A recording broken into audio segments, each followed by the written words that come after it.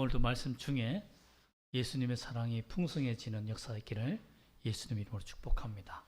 아멘. 예전에 제가 한번 말씀드린 효과가 있는데요. 심리학에 보면 가르시아라는 효과가 있습니다. 자기가 아무리 좋아하는 음식과 아무리 좋은 장소라고 해도 그곳에서 큰 고통을 당하거나 그 음식을 말미암아서 큰 상처나 또 채기가 있어서 어려움을 당한 사람들은 그 음식의 단어만 생각해도 또 그 장소만 생각해도 땀이 나고 긴장되고 또 체한 것처럼 느껴진다는 겁니다. 이것을 혐오학습이라고 하는데요. 주로 어떤 것들을 제거할 때 아이들로 하여금 나쁜 것들을 제거할 때 이 혐오학습들을 많이 쓰기도 합니다. 상담에서. 근데 우리가 신앙적으로 보면 죄에 대한 혐오학습이 필요한 것 같아요. 죄는 너무 달콤하게 생각하는 경우가 참 많잖아요. 내가 좋아하는 음식이, 좋아하는 환경이 죄다. 여러분 참 오늘날 이런 시대가 되어가고 있는 것 같습니다. TV나 또는 방송이나 우리 사회에 보면 죄에 대해서 그냥 방역이 실패하여 포기한 것처럼 이제는 막을 수 없는 시대가 되어버린 것 같아요. 참 저도 보면 참 안타깝습니다. 이제는 어떻게 우리 신앙을 젊은이들에게 가르치될지 참 난감한 시대가 되었어요. 그냥 죄가 기본이에요. 죄를 짓는 것에 대해서 양심의 가책을 받고 살아가는 성도들이 거의 없습니다.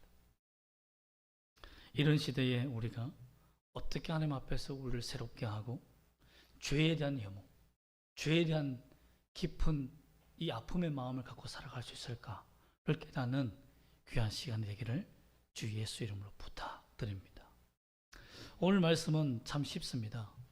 모세가 아론에게 명령하여서 하나님의 말씀을 그대로 아론이 파라오 이집트 왕 앞에서 지팡이를 던져라 라는 명령입니다. 아주 간단한 명령이에요. 그런데 이 명령을 던지는 것에 대해서 과연 아론이 자신감이 있었을까? 과연 걱정거리는 없었을까? 염려는 없었을까? 충분히 여러분이 지팡이에 대한 던지는 데 대해서 염려가 되는 일입니다. 여러분들은 한 번 실패한 강의를 해본 적이 있습니까? 또는 정말 죽쓰고 망친 설교를 어디 또 강사로 초청해서 그 설교를 해본 적이 있습니까? 우리는 잘 하지 않습니다. 저도 미술 치료나 강의를 할 때 호응이 좋았던 거, 그죠? 인기가 많았던 강의를 추스려서 목록으로 짜서 하지, 호응이 전혀 없었던, 반응이 없었던 강의는 뺍니다. 그 프로그램 빼요. 그런데 아무 영향력도 없었던 그 일들, 그 강의를 한다. 엄청난 준비가 되어 있거나, 아니면 경험치가 많거나, 아니면 삶을 포기했거나, 이런 일 외에는 하지 않겠죠. 그런데 오늘 아론이 파라오에게 지팡이를 던지는 일은 실패한 일을 또 하는 겁니다. 왜 그렇습니까? 누가 먼저 이 일을 했는데 실패했습니까? 모세가 이스라엘 백성들 앞에서 지팡이를 던져서 뱀이 되게 하는 기적을 보였을 때 그들이 와 하나님의 영광이 있다라고 하면 와 따라왔습니까? 처음에는 따라왔어요. 그러나 일이 힘들어지니까 어떻게 합니까? 욕하고 비난하며 오히려 그 기적이 흐지부지하게 사라지고 말았어요. 즉 모세가 열심히 최선을 다해서 하나님의 기적과 이적을 명령대로 보여줬지만 호응이 없었던 기적이라는 겁니다. 그런데 이 기적을 아론에게 명하는 거예요. 그러니 한번 실패한 이 기적을 파라오에게 행한들 자기 민족도 믿지 않고 따르지 않는데 파라오가 이 기적에 대해서 우와 정말 놀라운 기적이다라고 한 번에 따라오겠냐는 겁니다. 저도요 죽을 서거나 정말 땀을 삐질삐질 흘리면서 했던 설교는 다시 하기가 힘들 만큼 어렵습니다. 제가 설교를 이렇게 한 번씩 빙 돌아가면서 창세기부터 계시록까지 하고 또 돌아오고 있는데요. 한 3, 4년 걸립니다. 그래서 이 같은 본문 설교를 하기까지가 한 3, 4년 걸리니까 사람이 상처받고 마음이 회복되는데 한 3, 4년 걸린다고 하거든요. 그때 치유증 됐을 때 하는 거예요. 그러니까 할 수 있는 거죠. 그러나 정말 힘들었던 설교를 또다시 한다는 건 참 힘든 일이에요. 성령의 역사도 능력도 나타나지 않는 설교를 한다는 것. 아론도 이런 위기 앞에 서 있었다는 것입니다. 내가 한다고 될까? 여러분도 그런 생각해 본 적이 있지 않습니까? 내가 한다고 될까? 나보다 뛰어난 사람이 했는데도 안 되는데 내가 한다고 될까? 이 실패의 경험이라는 것은 굉장히 영향이 큽니다. 또한 그러므로 불구하고 한번 던져봅니다. 던졌더니 어떻게 됩니까? 뱀이 되는 기적이 되었어요. 그런데 11절에 보면 기가 막힌 반응이 나타납니다. 11절 말씀 제가 다시 한번 읽어드릴까요? 바로도 현인들과 마수사들을 부르매 그 애굽 요술사들도 그들의 요술로 그와 같이 행하되. 즉 그들의 요술이라는 건 뭐죠? 그들이 지금까지 속임수 같은 마술을 그저 행하여 왔던 거죠. 옷에다가 코브라를 넣어놓고 지팡이를 탁 던지는 척하면서 그 지팡이가 뱀이 되게 하는 자기들의 요술 방법을 써서 그렇게 만들어 본 겁니다. 여러분 최현이라는 마술사가 있지 않습니까? 쉽게 말하면 이집트에 그런 위대한 마술사가 있는 거죠. 그러니 모세가 와서 아론이 지팡이를 대서 뱀이 킹 코브라가 되게 했는데 이 코브라 된 것을 너도 한번 해봐. 최현 같은 마술사를 금방 해버리겠죠. 그러니 오라 이렇게 된 겁니다. 아니 자신은 하나님의 말씀을 듣고 지팡이를 던지면 어떤 상상을 했겠습니까? 아론은 지진이 일어나든지 아니면 땅이 갈라지든지 아니면 그 킹 코브라가 확 나와서 이렇게 덩치 코브라 나타나서 말을 하든지 파라오의 마음을 변화시키든지 해야 되는데 파라오가 웃는 거예요. 하면서 자 너가 한번 해봐. 자신들의 마술사를 데리고 와서 현인들이라는 과학자들입니다. 과학자들과 지식 있는 사람들과 마술사들을 데리고 와서 너희들이 한번 해봐. 그러니 그들도 이 마술을 워낙 많이 해본 거니까 그냥 그 자리에서 툭 해버리는 거예요. 그럼 어떻게 되겠습니까? 다 깔깔깔 그림이 웃으며 조소하는 거죠. 하하하 이게 뭐냐. 아니 이걸 왜 나한테 보여준 거예요? 우리도 다 할 수 있는 것은. 여러분 제가 만약 그때 모세였으면 아론이 앞에서 던졌잖아요. 아론 뒤로 싹 숨었을 거예요. 이렇게. 왜? 안 된다. 이건 아무것도 아니구나. 얼마나 당황했겠습니까? 하나님의 기적과 능력과 이적을 보여주었음에도 불구하고 창피를 당하는 순간이 된 거죠. 그러면 아론이 어떤 마음을 들이겠어요? 봐, 너가 해도 안 되는데 내가 해도 되겠냐고. 믿음으로 해도 안 되잖아.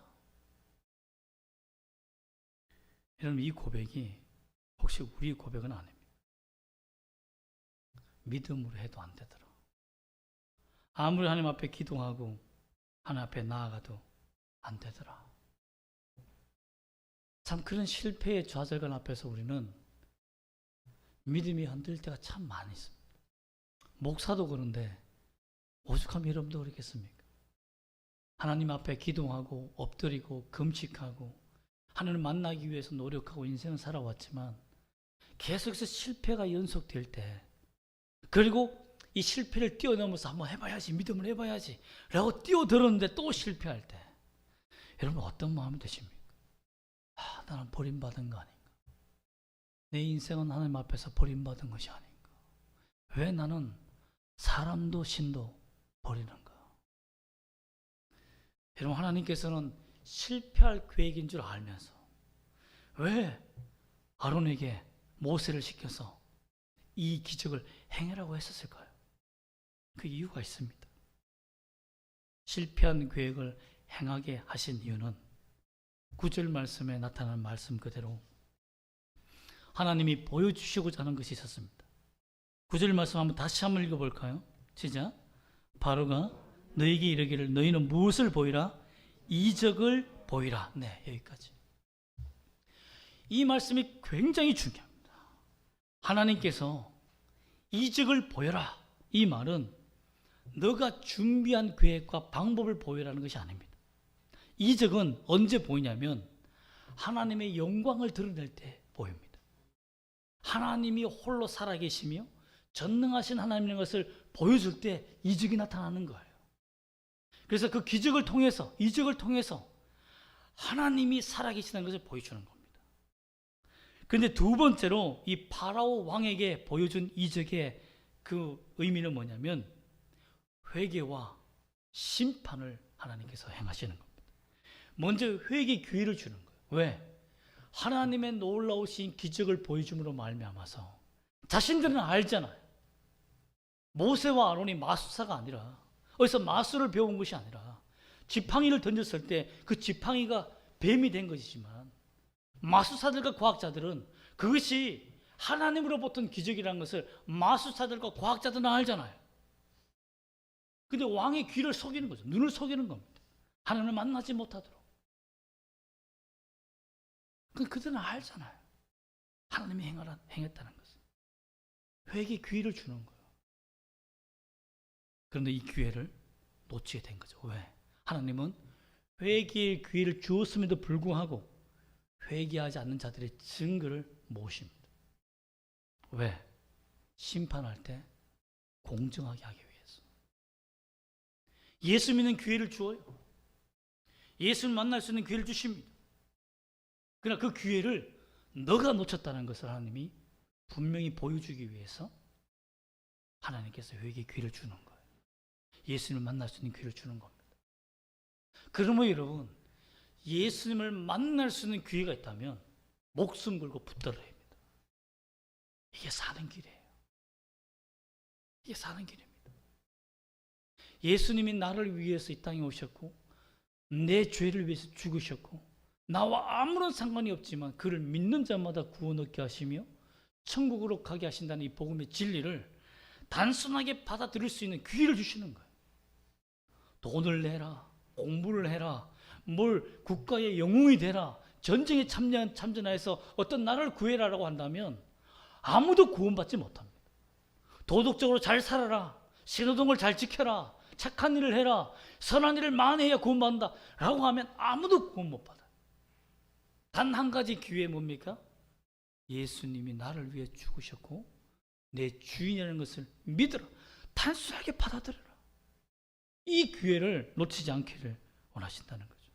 이처럼 아론에게 뱀이 되게 한 이적은 파라오에게 내가 전능하신 하나님이다, 내가 너를 만나러 왔다는 겁니다.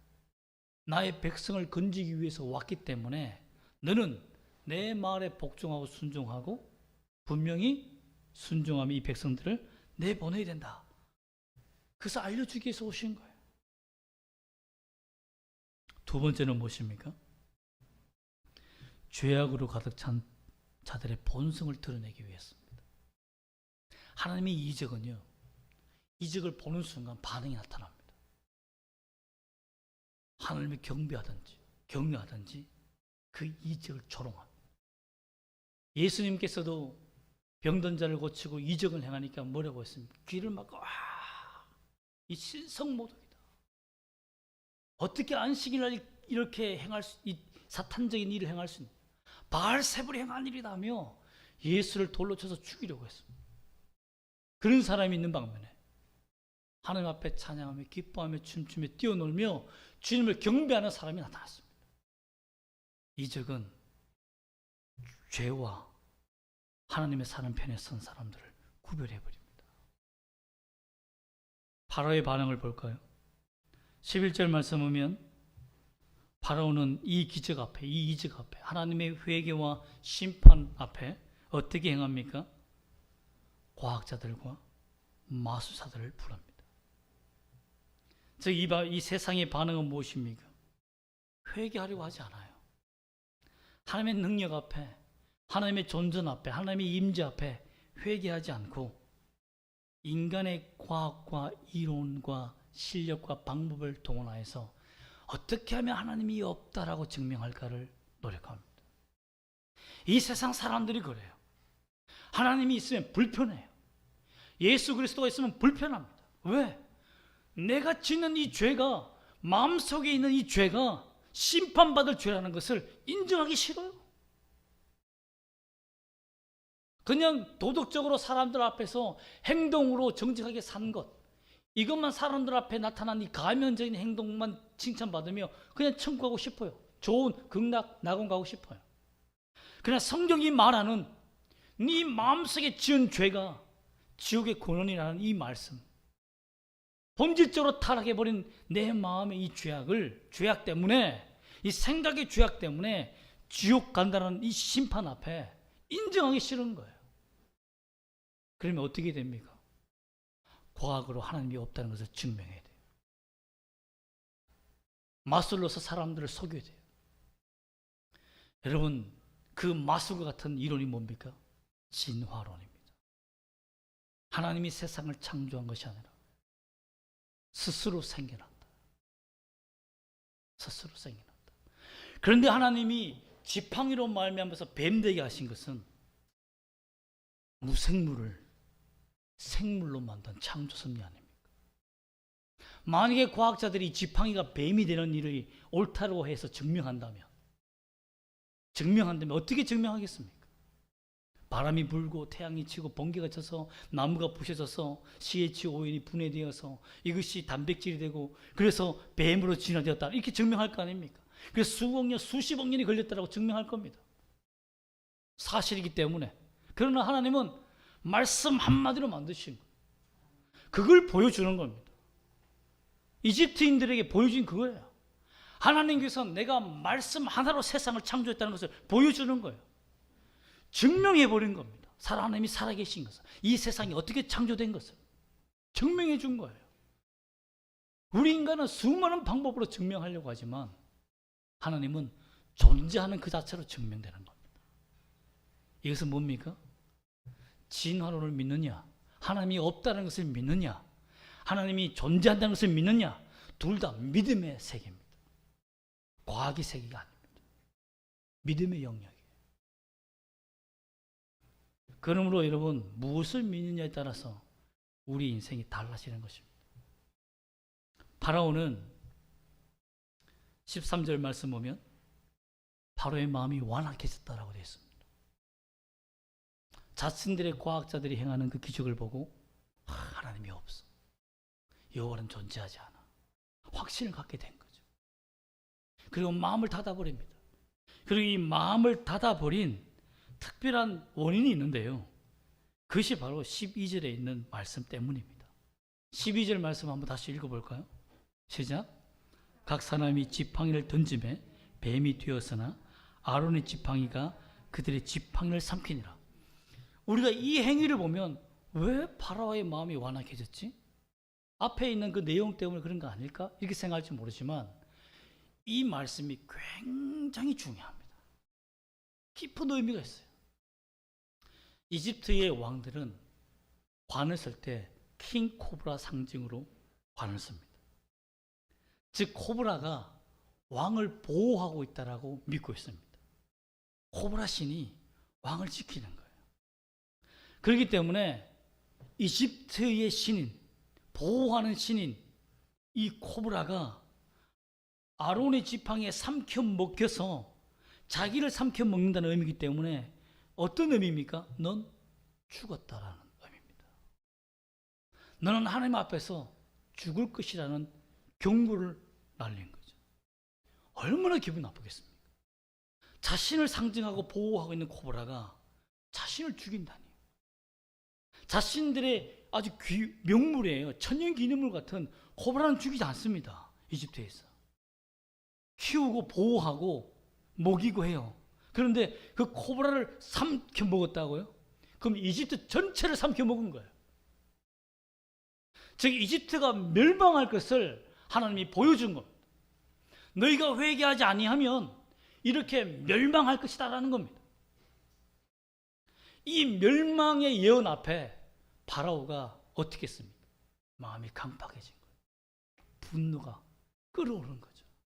뭐 날 죽인다고? 이 나라를 멸망시킨다고? 이렇게 우리가 만들 수 있는 뱀 아니야? 코브라가 아니야? 하나님이 애서 하나님의 이적 앞에 신이 없다라고 외면하고 있는 겁니다. 그런데 어떻게 아론이 이런 수많은 의심과 어려움과 또는 파라오고 하나님이 죽이라라고 할 수 있지 않겠습니까? 뭐 날 죽인다고? 이집트를 멸망시킨다고? 그럼 저 둘을 죽이라라고 할 수 있잖아요. 그런데 어떻게 모세와 아론이 하나님의 말씀을 듣고 설 수 있었느냐는 겁니다. 믿음이 생긴 겁니다. 하나님이 약속하셨잖아요. 그들이 듣지 않을 것이라고. 네가 아무리 이런 이적과 실패적인 계획을 하는 이유가 뭐냐? 바로의 죄악을 다 드러내기 위해서다. 그들을 심판하기 위해서다. 듣지 않을 것이다. 그리고 하나님이 또 다른 계획을 보여주셨잖아요. 즉 내가 바로 앞에 서서 지팡이를 던져도 하나님이 죽지 않는다는 것을 약속했기 때문에 그 믿음으로 던진 겁니다. 자신의 계획을 던진 게 아닙니다.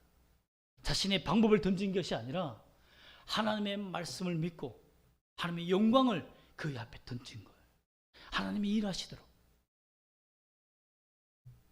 우리가 인생을 살아가면서 실패와 좌절 앞에, 고통 앞에 하나님이 이해할 수 없습니다.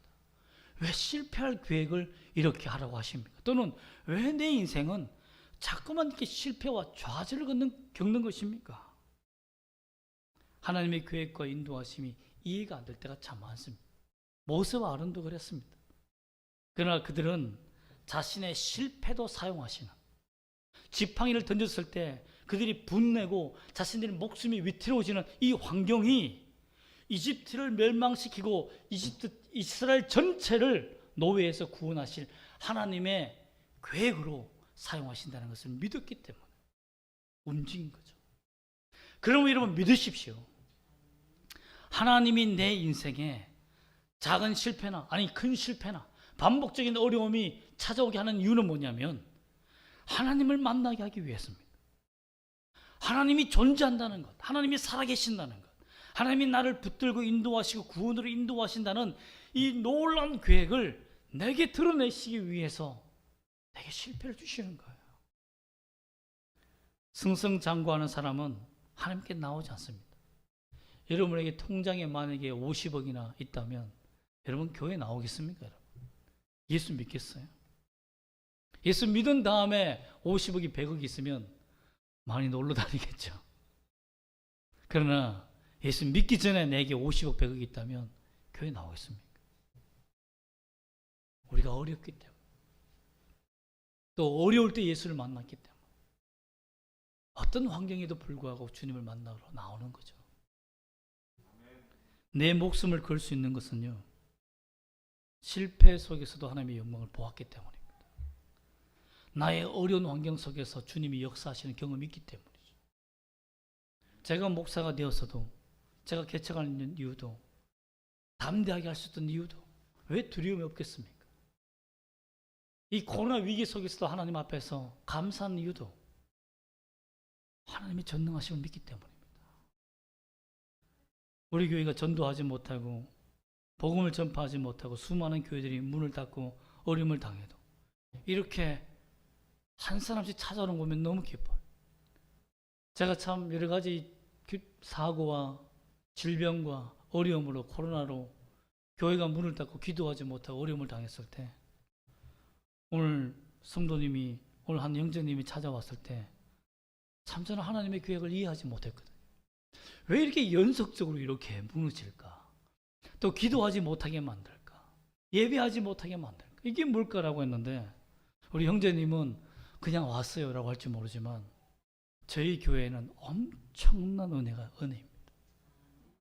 우리가 할 수 있는 게 없구나. 하나님이 하시는구나. 그 친구를 통해서 복음을 통해서 우리 교회를 인터넷으로 설치하게 돼 찾아온 계기는 놀라운 다름이지만 우리 기적 아닙니까? 우리가 한 게 뭐가 있습니까? 그렇습니다. 이게 기적이에요. 이게 이적입니다. 제가 형제님에게도 이런 말을 했습니다. 교회가 이 땅에 필요한 이거 뭐냐? 부모가 자녀를 잃어버렸다는 거예요. 그럼 어디로 갑니까 우리는? 경찰서로 가요. 아이를 찾아달라. 그게 지상교회입니다. 아이를 찾아달라. 하나님의 자녀를 찾아달라. 그런데 형제님은 스스로 경찰서에 찾아온 거예요. 내 아버지를 찾아달라. 이런 기적이 세상 천지에 어디 있겠습니까? 우리가 이 기적을 보게 된 이유가 무엇입니까? 하나님의 자녀는 하나님이 찾으시고 하나님의 놀라우신 구원의 손길, 이 기적을 우리에게 보여줌으로 말미암아 하나님 지금도 역사하고 살아계신다는 것을 보여주기 위함이라는 것을 믿으시기를 소망합니다. 또한 이 기적은 나의 완악한 마음을 보여주는 것, 내가 얼마나 죄인인지를. 파라오가 이 기적 앞에서 드러난 것이 뭡니까? 자신의 강박과 자신의 죄악의 본성, 하나님이 없었으면 좋겠다는 그 생각들이 다 드러나지 않습니까? 마찬가지입니다. 우리가 예수님 앞에서, 교회 앞에 나와 하나님 앞에 말씀 앞에 서는 것은 나의 이 더럽고 추악한 완벽히 타락한 이 모습을 드러내기 위해서입니다. 그러면 성경은 완전한 기적이라고 할 수 있습니다. 주의 말씀 앞에 내 모든 것이 드러나기 때문인 거죠.